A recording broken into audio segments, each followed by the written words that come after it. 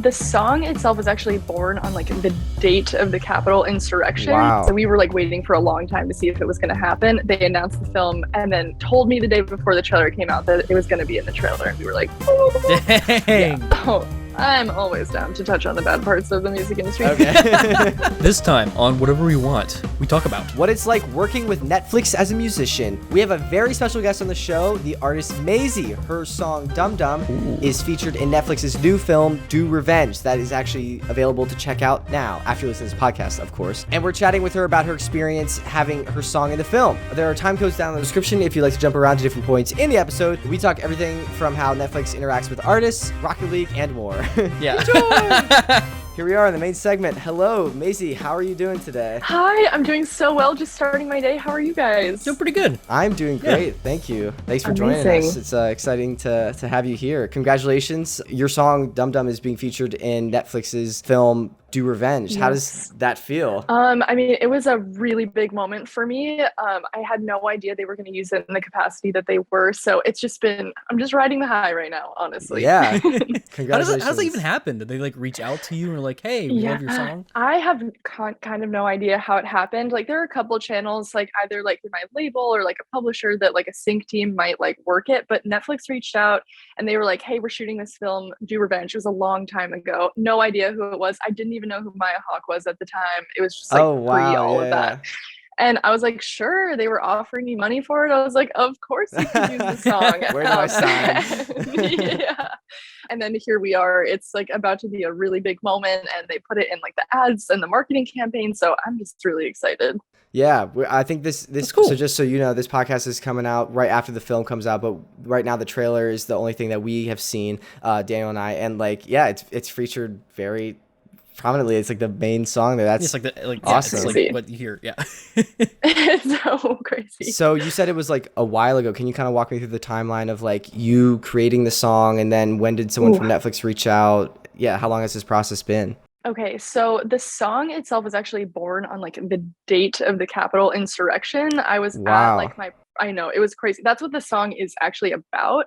My producer and I were like working and turned on the TV because obviously things were going a little crazy. And we were just like, wow, this is unbelievable. And just started writing the song about it. Yeah. And that's like how it started. So we like knew we loved it because like we love the chorus and it's just like very bouncy and fun. It's a weird way to conceive a song for sure. I didn't even think about the connections there, but yeah. It's cool you're able to get inspiration from that kind of stuff. It's amazing what kind of people get, like just the most random things in life, you know? Yes. So that's pretty cool. Yeah. I remember that day because I was on a hike with some buddies. I think it was like pretty early in the year and it was like January or something like that. And we were on a hike and like didn't have access to our phones while all of that was going down. So we just came back and the world was like burning. We were like, let's just go back and hike again. Like, see what's happening. But yeah. So how long after that then did Netflix approach you? Let me think. I want to say it was about like a year later. I remember being a long time ago, like back in 2021 where they reached out. So they were on it. They were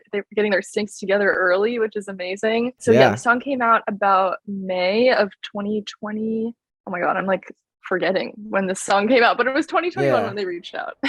Okay. Wow. Okay. That's again, now it's almost another year later. Like, I know. Wow. We also weren't sure if they were going to use it yet because you kind of don't know until the stuff comes out. Like, that's the weird thing about sync is that they'll be like, can we get the rights to it? And then it just never happens. So had no idea. If that's the case, do you still get paid for your troubles or just because it wasn't used? Oh, dang. Wow. Yep. Yeah, no, you can't. So you'll like pre-negotiate how much you'll get paid if they do put it in like the media. But yeah, like that's why it sucks to kind of wait around. So we were like waiting for a long time to see if it was going to happen. They announced the film and then told me the day before the trailer came out that it was going to be in the trailer. And we were like, oh. Dang. Yeah. That's pretty cool. That's relief, I guess. At that moment, you're like, oh. Okay. We're good. Are you kidding? My manager was like, thank God. Yeah. That's awesome. So Is this something that's been a goal since you've started music to like get involved with film and TV? 100%. And I have to like give so much credit to my producer. Like my producer, I think in general, like the songs are very just like, how do I say it? Like narrative and have like very big moments that I feel like are suited for sort of like that kind of media. Right. And he's also just a huge fan of film. So like so much of our friendship has been us going to the movies together. So it's been like a collective, just like, whoa, this is really happening. This is really special. So yeah. That's cool. That's really awesome. So I assume you want to be involved with more film and TV projects in the future then? Oh my God, yes. That would be like an honor. I actually got another sync in Mac and Rita, which did not do very well, but it's the entire first sequence of the whole movie. Like my voice literally starts the movie and I went and saw it with my mom. And that is crazy. I just cried. Like I was like, I'm gonna be fine. It's gonna be cool. And then it started and I heard myself and I was like, oh my God. Like, oh God. Yeah. Congrats. That's awesome. Thank you. And outside of just like the personal moments, it's like a really amazing revenue stream for independent artists. Cause like if you are unpublished or you're unsigned, you get to keep that and that goes right to your bank account. And it's a really viable, sustainable revenue stream. So right. And do you keep getting like royalties as the time progresses or? No, it's a one-time fee, but the money in the film industry moves a lot faster and there's a lot more of it than it is in the music industry. Yeah. Yeah. I have some friends. I moved out to California earlier this year, like January, and I stayed with a buddy in Nashville when I was driving across the country, and it's just very interesting seeing. Again, I'm not totally versed in the like music industry, but just seeing like a snippet of his world, like like it's different, but it's cool to see some of the overlaps as well. Oh yeah, there's great overlap, and it's all creative, obviously. But the music industry is a disaster. So well, let's get back to the movie industry then. But so you said you wanted to do more like film, television related projects. If you got to choose any genre that would be your next film that you got to create some music for, what would you like to choose? Why am I thinking Marvel? Why am I like, I wanted to choose a Marvel movie? I just feel like that would be so crazy amazing. I know it's like not the coolest and not like the most like posh, but I would love a Marvel movie. You don't have to convince us. That's our we're total Marvel nerds. Like I did acting for it, and Jake worked on one of the shows. Yeah, so, my day job, I'm a visual effects coordinator, and I just got some credits in like She-Hulk and stuff. So maybe we can make it happen. I don't know. Yeah, we can. Oh my God. Guys, something's happening. Yeah. That'd be really cool. I think did you see the latest She-Hulk episode? I haven't started She-Hulk yet. I'm not gonna spoil it, but there's some musicians in there too, so definitely check it out. On Twitter. Okay. Yeah. I've seen it on Twitter. All right. There's no way that wasn't getting spoiled for me. Definitely, yeah. Is it good? Are you liking it? I'm biased because I worked on it, but I'm liking it. Yeah. So I don't know if I have a fair opinion on it. Respect. I mean, I know like James Bond is always like an iconic thing to make music for. Do you have any interest in that, or is that like too daunting? I don't know. I feel like I would pass away. That would be so much. That would be so much pressure. Like honestly, like Billy and Phineas absolutely killed it on No Time to Die. I'm like, you guys are actual geniuses. I would like to approach a franchise that big and be like, how do I make this my own? No, thank you.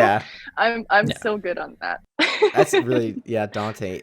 You mentioned like Billy and Phineas. Are there any musicians that you would like to collab with, either just like in the music industry specific or like film music combined? Like, do you have any dream collaborators? Oh, I would say Kevin Parker. I feel like that man is a genius and I'm obsessed. Every record of his has just like marked a period of time in my life. And I don't know, I think he's just so versatile and can do it all. And also King Gizzard, which is a little niche, but love King Gizzard. I am their biggest fan. Don't know if I would work on like film and TV stuff with them, but just for the culture, would love to work with them. Definitely, yeah. I kind of want to jump back into this specific film that's coming out and for sure. And how your involvement with it. Was there anything that like surprised you? You said this wasn't your first time like working with films, but this is like a very big one. Was there anything that like surprised you about the process as it happened? I would just say the immediate response on like growth, like immediate response on growth on my social media platform, seeing the spike in my listeners literally immediately as soon as it dropped, seeing like a massive, like tripling my streams for like the entire 2 weeks that it's been out. Like it is such an immediate response. And I feel like Netflix has those moments so often. Like I saw more like Ash with Moral of the Story and To All the Boys I Ever Loved, the second one, like that just blew her up and started her whole career. Heartstopper, some of my friends had like syncs on there, same thing happened to them. It's just like an overwhelming immediate growth, which is what makes it so exciting. Yeah, and I feel like you're about to have like a second round of growth because again, we're recording this before the film comes out, so like when it comes out, oh my god, fingers crossed, we'll see. Because I'm like going to the premiere, they invited me, and I'm that's just incredible. Like, that's awesome. Oh my god, I've never been to one. I'm so psyched. So yeah. I'll see the movie, so I guess I'll like hear the capacity that they use the song in, so I'm excited. Yeah, no, that's really awesome. Sweet. Yeah. So I'm assuming these conversations for the movie was happening like, you said like late 2021 into 2022. Yes. Did you have any chance to like collaborate with people in person, or was it still really like kind of COVID, like through Zoom kind of thing? Oh yeah, true. It wasn't even it was like a pretty traditional sync. The song was out, they heard the song, they were like, we think this will fit in with what's going on, can we put it in the movie? So there was like no contact beyond, we like the song, can you sign away the rights to it? Right, so you're really in the dark. So that is like, I feel like more likely how it happens. Like if you're like the coolest person ever and you get to actually work on a soundtrack and like collaborate with like a studio and all those kinds of things, that's just like the next tier, it's the upper echelon of it. So they just were like, hey girl, can you do this? So is that something you'd be interested in, like being involved more in the process, or would you just like to keep working on your music kind of in your own with your producer, and then just kind of signing the rights off to different movies and productions? I mean, why not both, right? True, very true. Yeah, true. Yeah. I think like I've seen some people go through the process of like scoring films and writing like original songs. It's so like difficult but so cool. Like they just give you, I don't know like what the word is for it. What are those sheets called where they're like, we need something that is literally this and this? But I know what you mean, like where they're asking for something specific and like the story beats and everything. Exactly. I think that would be like the best exercise in songwriting you could possibly do, by just someone being like, do your best with these parameters. So I would absolutely love to work on something like that. Yeah, that's very cool. Aside though from like film and television, are there other areas and goals you have with music besides just film and TV that you're looking to get into? Absolutely. Like I definitely am looking to be like a long-term sustainable artist. So like having like a moment on radio at some point in my career, going on like my own headline tour, doing like a bigger support tour, just like really like starting to get sustainability. Very cool. I literally have in my notes, I just read that I wanted to like ease into things by talking about, because we talked before the podcast that you're like from Baltimore. Yes. So I guess we can get into that now if that's all right. Okay. I'm sorry. I'm such a fast talker. I feel like I blow you're through good. my answers so fast. No, you're good. Yeah. Totally good. So you're from Baltimore originally. Daniel and I are from about an hour north of there, like Harrisburg. Daniel's still around there. I'm in LA now. Yep. I think you're in LA now too. Yeah. Yes, I am. So I want to ask your favorite things to do around the Baltimore area. Okay. Paper Moon Diner. I would say number one. Paper Moon Diner is incredible. Great vibes. Can go so late at night. And not only the Paper Moon Diner, but also the Towson Diner. That one's a little more niche. Not really an experience. That's just like a straight up, it's 2 a.m. I want some pancakes. Yeah. I'm trying to think. Every day. I would say just like the whole power plant live area. Like if you're just like a college age person, you want to hang out with your friends on the weekend, love that little scene. But my favorite thing that I did in high school was like the student night games at the Orioles Stadium. That was like so amazing, because that stadium is so beautiful. Yeah. And they just like put you up in the nosebleeds. Everyone's using a fake ID to buy some beer. Like just a classic summer experience, you know? Yeah. So I would say those are my top three. That's cool. Oh, it's pretty solid. And Hamden, thrifting in Hamden, because that's also fantastic. The Orioles Stadium just unlocked like a recessed memory I had of like the like helmet ice cream things that they serve there. Yes. Oh my goodness. So good. Now I really want ice cream. Yes. I only want it if it's in the little hat, though. Yeah, it's better in the helmet somehow. I don't know. Yeah, and you take it home and you never use it again. Yeah, I think I still have like 2 or 3 just at my mom's house. Do you visit home often? I don't get back as much as I would like to. Definitely around the holidays and like whenever I have like a weekend, I'll be like, okay, I'll go. I would say I get back like 2 or 3 times a year, but all of my friends from home are still there, so I have a great time when I go. Yeah. Do you think you get like a lot of inspiration from home, and is that where you like get some inspiration from? Can you talk just about, I guess, inspiration in general? 100%. I mean, my entire career started because my neighbor and I started making music together, and we still make music together to this day. So the producer I was talking about, that's awesome, is that producer. And just like a weird like situation with my friend group, we all started in Baltimore through like the studio in his basement. So all of us just started kind of popping off, and it was like just a crazy thing to experience. So I have a lot of nostalgia and a lot of love for home, because just like everything started there in my friend's basement. So pretty amazing. Humble beginnings. That's really awesome. Yeah.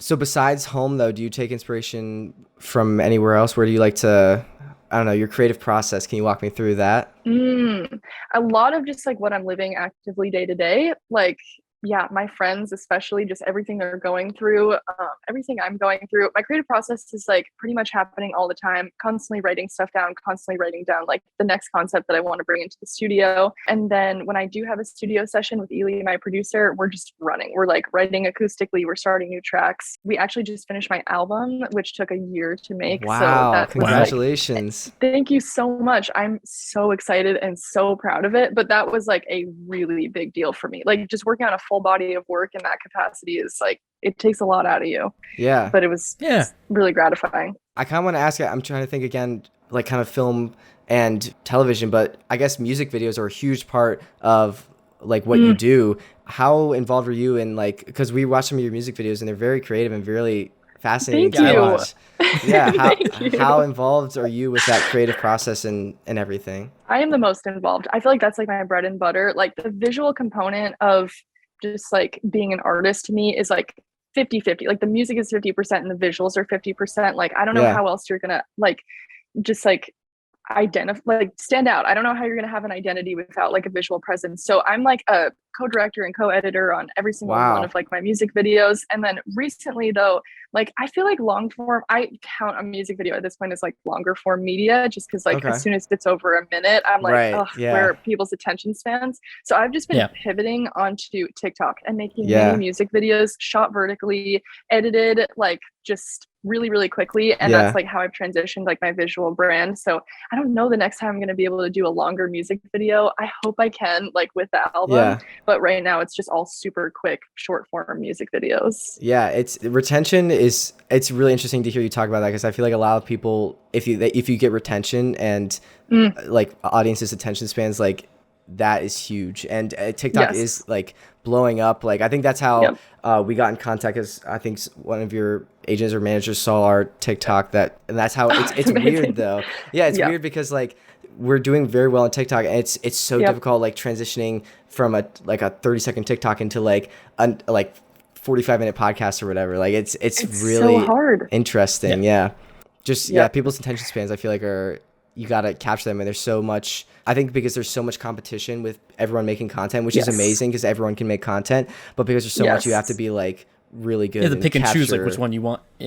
It's also just like very overstimulating. Like the quality of what some people are putting out is just like unbelievable. It gets me really excited. I know it's like very disheartening to others, but I love what is happening with content right now, and like it's actively like breaking me and so many other people. So I love it so much. That's interesting. That's not a lot of people's opinion. Can you explain that a little bit? Like what do you mean by that? I think that this is an amazing time for creatives in general, especially independent creatives, because the thing about TikTok is that it is a lottery system. You know what I mean? If it happens to get picked up on the algorithm, and if it happens to work, you just see immediate growth. Like we're talking like tens of thousands of followers, depending on how big that video gets in a day. So I feel like you don't see that kind of just like rapid growth anywhere else. And you're also getting exposed to sometimes millions of people at a time, depending on how a video does. Right. I can't do that if I'm going on tour. I can't do that if I'm on radio. I can't do that if I'm doing interviews. It's the only thing right now that will expose me to that many people that quickly. And it also just gives me like a job to do a little bit. And for me, I'm like, I need that. Like, I need that structure, and it gives me like a path forward to be like, I can input every single day on behalf of my artist project by just being on the platform and engaging. So it's like a relief to me and exciting. Yeah. It takes a lot of time, but it definitely, it can be very rewarding. So are you like very involved with your own TikTok then? Yeah. Yes. I did just recently bring on a social media manager just to help like mitigate it, but like it has been just a game changer investing. So I have like both a creative director and a social media manager, and just every single day I'm talking to both of them, being like, what are the assets you need from me? What's the plan? And then we go.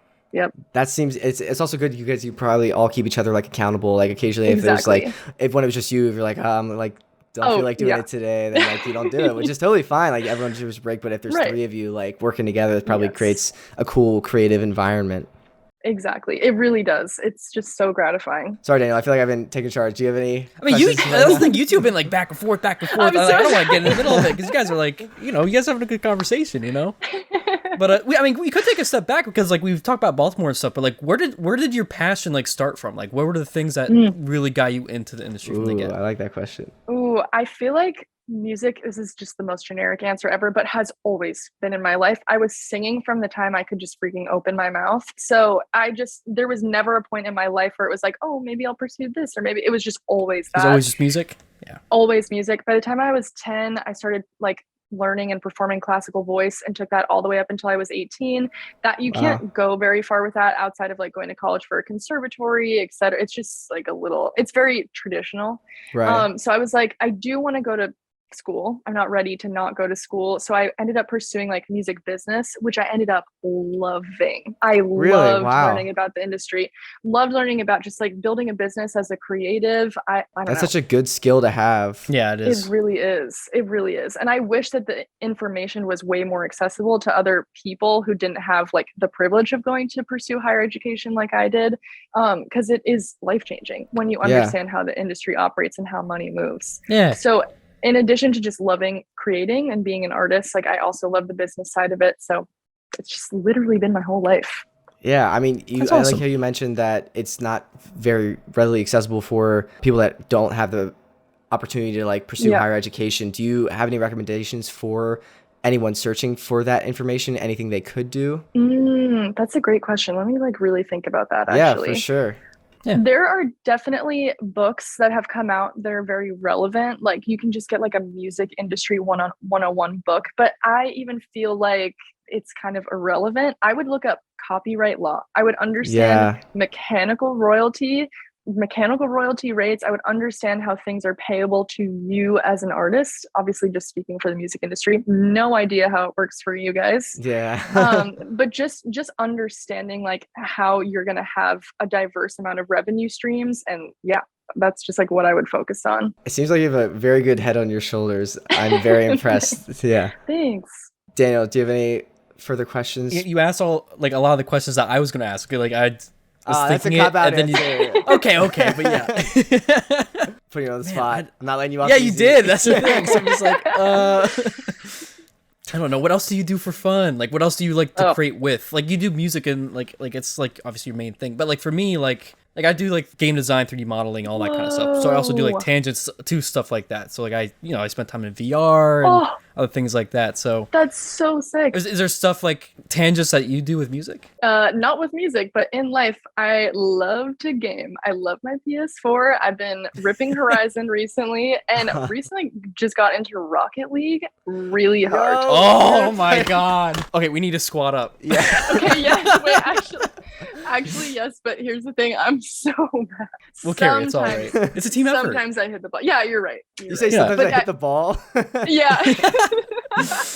Oh my god. I can drive it up the field, but can I get it in the goal? We'll find out. Okay. Yeah. That's for next episode. Yeah. Exactly. Tune in next week. Yeah. To see if one point was scored. Okay, well, we're gonna offline about this because I want to know. Yeah. That's cool. So video games, anything, any other hobbies you like to do? It's like really embarrassing. Other than just smoking weed, reading, and playing video games, I do not have a life outside of music. So yeah, I mean that's what you gotta do to like get ahead, especially the success you've had at your age. Like that's not surprising, honestly. Thank you. Yeah. Do you have like, I listen to a lot of like business podcasts and just like inspirational. You seem like, again, you have a lot of like, I don't know, a business mindset. Do you like listen to like Gary Vee or anyone specific that like you? I don't. Oh, Gary Vee he's that like inspirational TikTok guy, right? Yeah. I love he comes up on my For You page sometimes. I'm like, this guy is on one. Yeah. He's like, he's hype. It's so interesting that you call him the TikTok guy, because he's been doing it for like years. He's been on YouTube for He was on YouTube Yeah. before it was like YouTube. Like he was like, he's always like ahead of everything. And he's like an older like guy. So it's surprising that he's still like so accepting of all the social media changes, compared to like, I feel like a lot of like older people are like, oh, TikTok, like that's never gonna stick. And then like look at us now, like Chipotle is like putting ads on TikTok everywhere. It's so good. Chipotle has always won in terms of their social media presence, though. They're so good. I think the Duolingo is the winner of oh my god TikTok. I'm so obsessed. I'm so obsessed. Yeah, the owl is a menace. I love him so much. All right, I kind of want to ask a few more questions about just like music and everything. Can you tell us or give us hints on anything that's on the horizon for you that you're excited about? Yes, my debut album. It is like my child. I have spent so much time on it, and I'm so proud of her, and I'm just so ready to release it.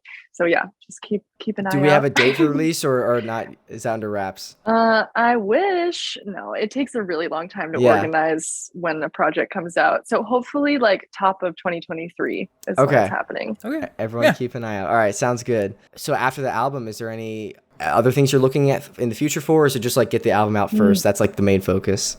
Definitely the album, because that's just going to be the next year of my life in just terms of like promoting it. But I love songwriting and working on people's projects. Like my dream is to just like be able to do both full time, just like have my own stuff, but then just be constantly writing on other people's projects.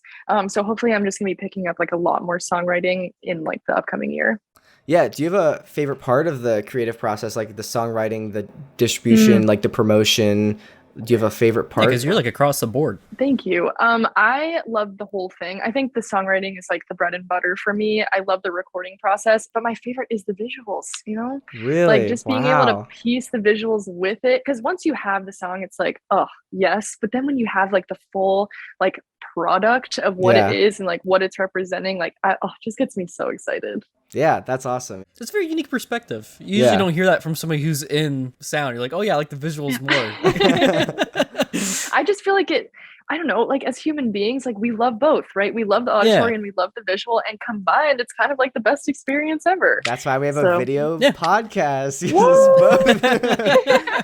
Sorry to anyone listening on the audio version, but you're missing out. Do you have any like goals with visuals that you want to like up your levels somehow? Like any like Marvel level CGI, more visual effects. Oh my god, that would be crazy. I'm actually very, very into AI artwork, and I know that's kind of like very culturally relevant. Oh, like really? Midjourney and all that stuff. Yes, Jake got me into that. Yeah. Oh, that's so sick. I haven't used like Deep Dream or any of those, but we use PYTTI, and it's been amazing. I am just very excited about what it's going to do. I'm very intimidated by it because for just creatives in general, AI is going to be spooky at some point or another for us. Like it's going to weed out some people's jobs, but I just love how it's interacting with like the stuff that I'm inputting for it, and using it for all of my visuals right now are run through AI. Wow. That's so fascinating. So I love it. So I think just being able to scale that and being able to like get, I don't know, more cloud space to be able to like keep running better programs. Yeah. I guess, yeah. So how does that process work? How do you approach using AI for your different visual needs, I guess? My creative director is like the one who primarily runs all of that. He is so good, and he also works like so well in Blender, which I think is so cool. Nice. Yeah. I'm just like very deficient in terms of those programs. Like anytime I go in, I just get so lost. So that's Joel at Josic World. Check him out. He's so amazing. So basically what we do is like we'll come up with concepts. Like for me, like a lot of my stuff, sorry, my cat is meowing. That's all right. We come up with just like funny like POV trip situations, whether they're just like scary or like wholesome or whatever, and then we'll just like either I will film by myself just on my iPhone, or he'll come over and like we'll attach like either like a head cam, like a head mount to him, or like a wrist mount, and we'll just like do really goofy stuff around the house. So we take that footage, then there's like an AI composite that happens, and then we put both of them together. And that's been my process recently. That sounds so that's just so fun and like it's so fun. Creatively liberating. It's so goofy watching like the raw footage because I'm doing the most bizarre stuff with it's just you gotta trust the process for real. Exactly. It seems like you really just like enjoy this whole creation process. Yes. And that's really awesome because I feel like a lot of people when they get into it, it's not what they expected and like they can get down. So do you feel like you are just still like as excited and eager as like when you started? I think like yes and no. I had, I think like, how do I say this? The honeymoon period is over for me. Like I very much like see what the industry is for what it is. It's definitely unstable. It's really disheartening a lot of the time. For me, I'm just like, I have no backup plan. So like this is what I live for. You know what I mean? So like I feel like the only thing I can do is just put my head down and keep going, literally every single day. Until it works, because I believe that it will. And I have that confidence in the music and like what I'm doing. So I just like literally have to keep going. So yeah. That's really inspiring. I like that mindset. And if you don't believe in it, then no one else is going to. So it starts with you. Yeah, that's awesome. Are there parts that you thought were gonna be like exciting, or things that like have been kind of like a letdown, or like I guess the bad parts of the industry? If you want to touch upon that, you don't have to if you don't want to, but. I'm always down to touch on the bad parts of the music industry. I think it's like a hype machine, right? Like it's especially right now, like, we're talking about the positives of TikTok, but we're also talking about the negatives of it, which is like what happens when an artist blows up, their song blows up, like what happens after that for them? And like the label systems are not good at artist development. They're not interested in artist development either, specifically major label systems. I think there are still some independent labels who are like invested in the like building artists. But it's unsustainable. So then they trap these young artists literally who blow up with their first song on TikTok. They trap them into a really predatory agreement with a predatory loan, and they don't know any better. They don't know any better. And so then it's just like, what's next for them? And so it's a hype machine. It's really hard to like keep people's attention within the industry and keep like having them validate you. Playlist culture is really, really toxic in my opinion, but it's so necessary. What do you mean by that? So like on Spotify and Apple Music, there's like what's called editorial playlisting. They're very much like the cultural tastemakers of like who's going to center your music, who's going to put it in front of like a generalized audience on Spotify. And those are through like a New Music Friday or like an indie pop or a Lorem or whatever, those playlists are. And it's this, especially for hip hop. Oh my God, those hip hop playlists on Spotify make or break some artists. It's insane. Wow. So those are a handful of people at like these companies who are deciding who goes on there. And there's a lot of politics behind it. There's a lot of, it's hard. It's competitive to like get your shit on there. Yeah. Sorry. I don't know if I can say that on your podcast. I'm so sorry. You're good. So competitive environment, hype-based environment, not really built out for long-term sustainability. So it's like really up to the artist to be able to like drive that sustainability for themselves. Wow. Okay. I did not know all of that. That's really interesting. It's stuff that like the common listener probably doesn't even think about. Oh yeah. And they're not supposed to either. You know what I mean? Like it's nice for them to not have to think of like what's going on behind the curtain. Yeah, definitely. It's really interesting what you were saying earlier, how like funds move faster in like the film industry than the music industry, because when people think of film industry, you don't think like stable, like good with money environment, but like compared to the music industry, that's really interesting that it's seeming to be, I guess, like a little better with getting money to who 100%. it needs to be to. Anytime I work with like like a Netflix or an Apple or like HBO, like they are like, here's the check, it's ready to go, it's in your bank account. That never happens in music. Like if you're getting like royalties, you're getting paid out twice a year, and most of the time it's like you don't even get paid out accurately. It's just a nightmare. Dang. Yeah. Wow. That's really weird to think about, because there's so many tangents there. You think it would be more on track or on par, but well, there's like also no unionization within the music industry whatsoever, and I think that makes it such a deal breaker in terms of like being able to progress as like a community. So that's an issue with the visual effects. Visual effects doesn't have a union either yet, because it's like such a new.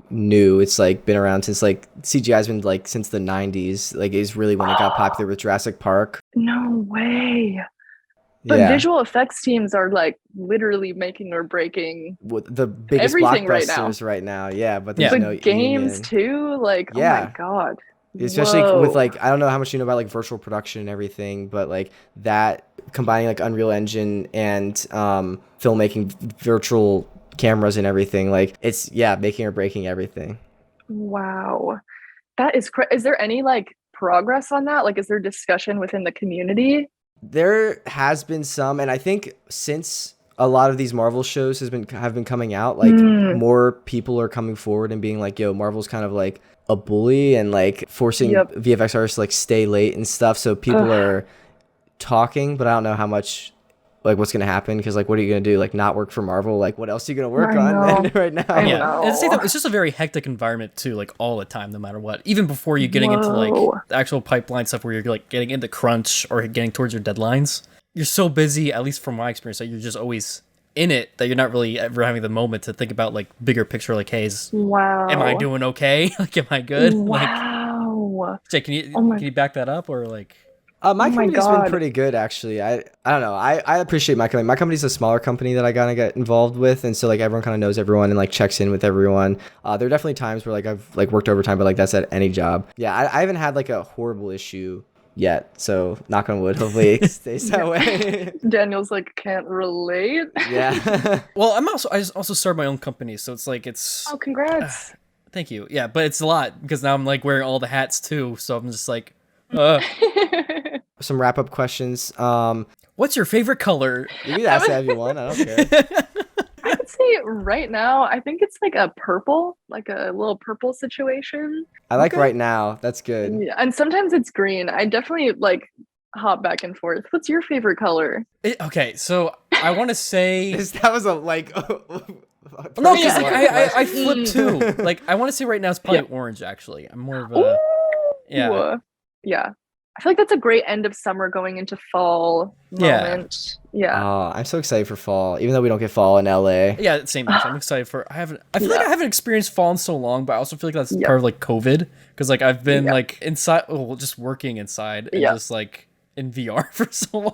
Because I'm like literally in my headset like all the time. I'm just like, where's the color from nature? Yeah.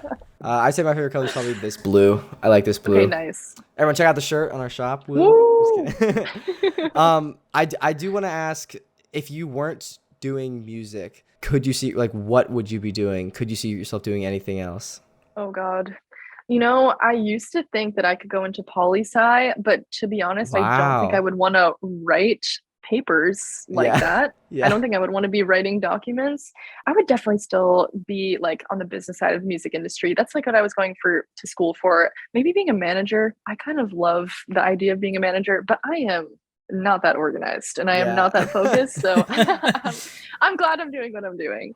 Yeah, that's great. I mean, that's great to hear. What are you, I guess, most excited for about the movie and the premiere and everything? Like, I am literally on the edge of my seat to see like where my song is in the movie. I'm dying to know. I'm dying to watch it. And I'm just excited, I think, just for like the cultural moment that it's going to have. It's always exciting when there's just like hype around a project like this. And it's even more exciting because I'm a part of it in some capacity. So it's like the first time in my life that something like this is happening. So just overall excited for the whole experience and just hearing that moment where it's like, whoa. That's me. I'm in a movie. That's really cool. That's so awesome. And like, you are literally helping like tell the story and like get the emotional connection across to the audience so that they can resonate with the film. Like, that's really awesome. Thank you. Yeah, it's very validating when like a director and music supervisor are like, this is sick, and I want to put this in my project because it resonates with me. It's like, wow. Yeah. All right. Well, everyone, please check out Do Revenge. When this goes out, it is now streaming on Netflix, so definitely check it out. Also, check out Dum Dum, and just check out Mazie. Everything, all of our stuff's going to be linked below. Is there anything specific you want us to shout out besides those things? Check me out on social media. Check out my album when it comes out. Cool. Amazing. Well, thank you again. Seriously, it's been a blast. Thank you so much for having me. This is so fun. Yep. We'll have to have you on. Play some Rocket League, let everyone know what happens. I'm actually being serious about that. I will 1,000% I'm down. I'm totally down. Okay, yes. Boosh, out of the main segments. That was a really, really fun episode. Yeah. It's nice when we get people that are like that we can relate to, but also have like a character, you know. It's really chill. It was really fun. Cool. All right. Well, ready to jump into the next segment, TTTT. Yeah. Totally Tubular Trivia Tidbits. What do you got for me this time? Did you know that Smash Mouth's iconic All-Star was almost not used in Shrek? I did know that, actually, but what? No? Okay. So in early production of Shrek, one of the editors placed Smash Mouth over the opening credits of Shrek as a temporary placeholder until they decided on what was going to be the final song. But the test audiences that were shown early screenings of the film loved it. So the producers kept it in. And after that decision, they asked Smash Mouth to come back and perform the last song in the movie, I'm a Believer. Okay. Dude, imagine Shrek without Smash Mouth. Meme culture would be so different today. I wonder It'd be like an alternate reality. What if like we like could see that alternate reality? Like we'd have like flying cars, like world hunger would be solved. World all because peace. Smash Mouth wasn't in that. Just a better world. No. Because all the memers instead like went straight into getting jobs. Yeah, like actually did productive things with their time. Just kidding. I love memers. What do you mean? Are you saying memes aren't productive? Like, come on, man. That'd be so funny, actually. The thing is, you gotta imagine like what song it would be then instead. You know? I don't know. My point. It's I like need impossible. A hero. Wait, that was already in Shrek, I think. Yeah, it was. It's just that again. It's just the same song. Maybe Mazie's song could be in Shrek. Just like time travel back because the memers weren't meming, they invented time travel. Then it goes back in time, and Mazie puts a song at the beginning of Shrek. Dude, we need to have an edit of that. When we play Rocket League, we'll pitch it to Mazie. Yeah, we can tell about that. Yeah, your next creative project after your album is to invent time travel and be in Shrek. We could do it. It's no problem. Yeah. Dude, what if like we wake up tomorrow and like the timeline has changed and like we did it somehow? Like I don't know. All right, anyways, are you ready to jump into the next segment? Yeah. Patron shoutouts, Q Debbie Stars Music. Boosh, we got Patron Lori, Frank, Rick, Lisa, Evan, Tony. Thank you so much for pledging the tier. To get you the shout out, if you like to support us over on Patreon, the link is down in the description. You get the audio episode early along with special benefits like a never expiring discount code for the podcast merch store. I'm sporting some of it now. It is linked below. Thank you to our Patreon supporters. Are ready for cool comments? Yeah. What are people saying now? So Josh McIntyre asked us on our Hobbit episode, the Hobbit trilogy, he asked us the real question, what is our favorite Martin Freeman movie? So we have, he asked The Hobbit, Black Panther, or Hitchhiker's Guide to the Galaxy. I don't think I've seen Hitchhiker's Guide the full way through. I think I've only seen parts. Okay, we need to fix that. Okay.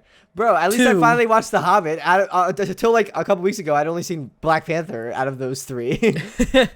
2, I have to say Hitchhiker's Guide. Because really? It's so different. Yeah. It's so different. It's so funny. And it's just, it's so satirical, and I love it. I love it so much. I think because I haven't seen Hitchhiker's Guide to the Galaxy the full way through for a long time, like, I think I will have to, if I'm judging just between The Hobbit and Black Panther, I think for Martin Freeman's performance, my favorite Martin Freeman performance is The Hobbit, but my favorite movie out of those two is Black Panther. The only reason, well, not only, it's so, like, Black Panther was good, don't get me wrong, and it did amazingly well, and not only that, like, just, its role in the MCU is also very good. Yeah. Like, important. But that final fight, CGI just did not hit for me, which, you know, is, like, it's important for us, because it's, like, what we do. But, like, 2, again, like, dude, it's hard to beat Hitchhikers, man, in my mind. Yeah. All right. Ready for introduction? Yeah, tell me when. We just talked about whatever you want to talk about, and now we're done. Blah. Thank you so much for listening. We seriously, really, genuinely appreciate it. This was a really fun, kind of different episode. It was really an awesome experience to chat with Mazie. Thanks again, Mazie, for hopping on. Everyone, please, again, check out her stuff. Linked below, along with So Do Revenge is now on Netflix, and her song Dum Dum. Please check that out. Yeah. Yep. Thank you. We'll see you next time. Goodbye. Peace.